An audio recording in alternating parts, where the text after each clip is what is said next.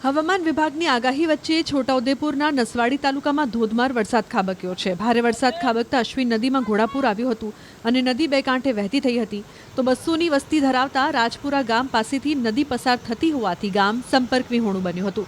ગ્રામજનોને આવવા જવા માટે તૈયાર કરવામાં આવેલ લો લેવલ કોઝવે પર ગાંડીતુર નદીના પાણી ફરી વળ્યા હતા। ઉલ્લેખનીય છે કે નસવાડીના કુકાવતી ગામ પાસેના લો લેવલ કોઝવે ઉપર પાણી ફરી વળતા સુકાપુરા તેમજ વેગીનાર ગામ સંપર્ક વિહોણા બન્યા હતા। તો પાણી ઉતરવાની રાહ જોઈને શિક્ષકો પણ નદી કાંઠે બેઠા હતા અને શાળાએ બાળકોને ભણાવવા માટે સમયસર પહોંચી શક્યા નહોતા। વર્ષો જૂની આ સમસ્યાનો સરકાર ઉકેલ લાવે તેવી સ્થાનિકોએ માંગ કરી છે।